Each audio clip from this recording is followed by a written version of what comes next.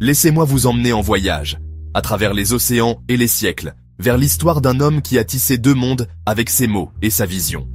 Je parle de Léopold Sédar Senghor, le poète président du Sénégal et un géant de la culture africaine.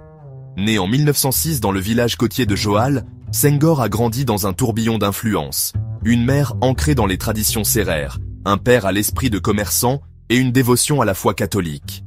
Très tôt, la langue française l'a trouvé dans les écoles de mission, préparant le terrain pour une vie qui danserait entre l'Afrique et l'Europe. Senghor était doué, brillant avec les lettres. Il quitta sa maison pour Dakar, et bientôt, une bourse l'emmena encore plus loin, Paris.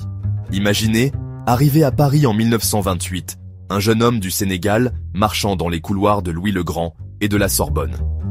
En 1935, il fit l'impensable, devenir le premier agrégé africain en grammaire. Mais Paris n'était pas le paradis. Senghor fut confronté au racisme, à l'exclusion, un rude réveil. C'est là que le feu a commencé. Avec des amis comme Aimé Césaire et Léon Gontran Damas, il a bâti une nouvelle idée, la négritude. La négritude, non pas comme quelque chose à cacher, mais à célébrer. Un bouclier et un chant contre l'oppression coloniale. La Seconde Guerre mondiale a tout changé.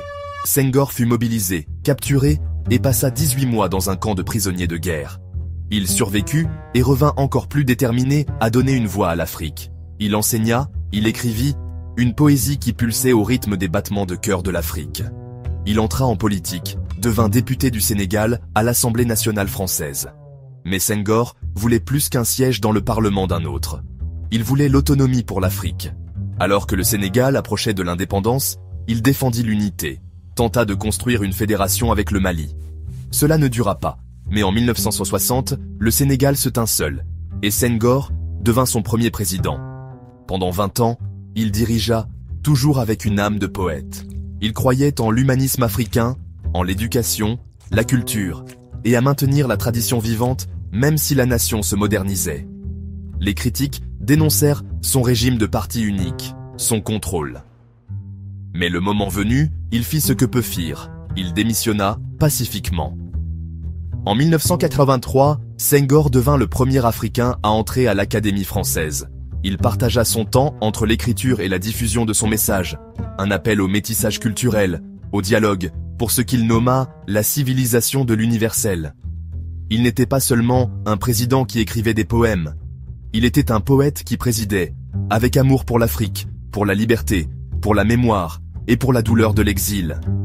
Quand Senghor mourut en 2001, il laissa derrière lui un monde plus riche en esprit, un héritage honoré dans les universités, les rues et les cœurs à travers les continents. Aujourd'hui encore, sa voix nous invite à la paix, à la beauté, à honorer nos différences respectives. Car, comme il l'écrivit, le poète est celui qui nomme l'invisible.